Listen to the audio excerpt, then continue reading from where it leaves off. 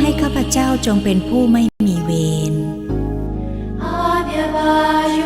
อย่าได้มีความอาฆาตพยาบาทและเบียดเบียนอย่าได้มีความทุกข์กายทุกข์ใจ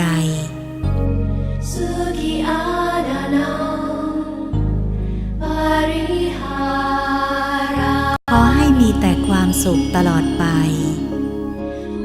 ขอให้มารดาบิดาครูบาอาจารย์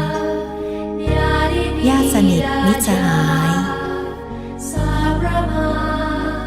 พร้อมทั้งเพื่อนประพฤติพรหมจรรย์ทั้งหลายของข้าพเจ้า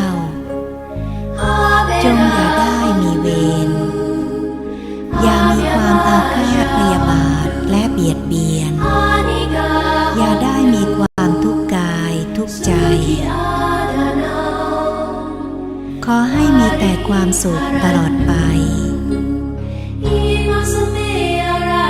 ขอให้ผู้บำเพ็ญเพียรทั้งปวงในอารามแห่งนี้จงอย่าได้มีเวร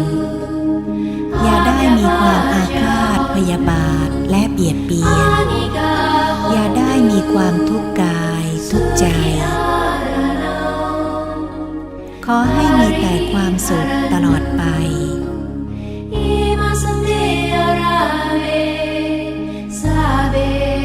ขอให้พระภิกษุสามเณรและอุบาสกอุบาสิกาทั้งปวงในอารามแห่งนี้จงอย่าได้มีเวรอย่าได้มีความอาฆาตพยาบาทและเบียดเบียนอย่าได้มีความทุกข์กายทุกข์ใจขอให้มีแต่ความสุขตลอดไปขอให้ผู้ถวายปัจจัยสี่ให้แก่ข้าพเจ้าจงอย่าได้มีเวรอย่าได้มีความอาฆาตพยาบาทและเบียดเบียนอย่ามีความทุกข์กายทุกข์ใจ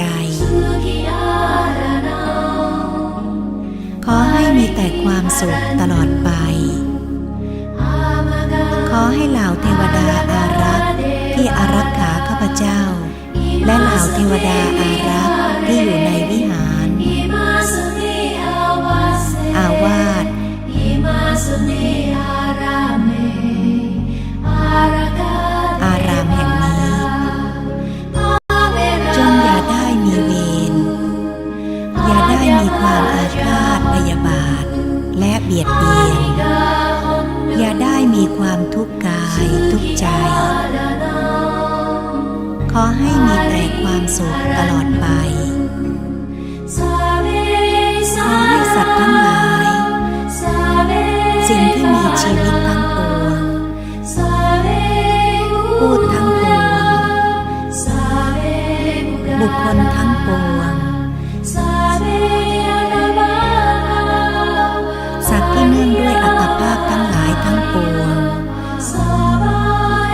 หญิงทั้งปวงชายทั้งปวงพระอริยบุคคลทั้งปวงปุถุชนทั้งปวงเทวดาทั้งปวง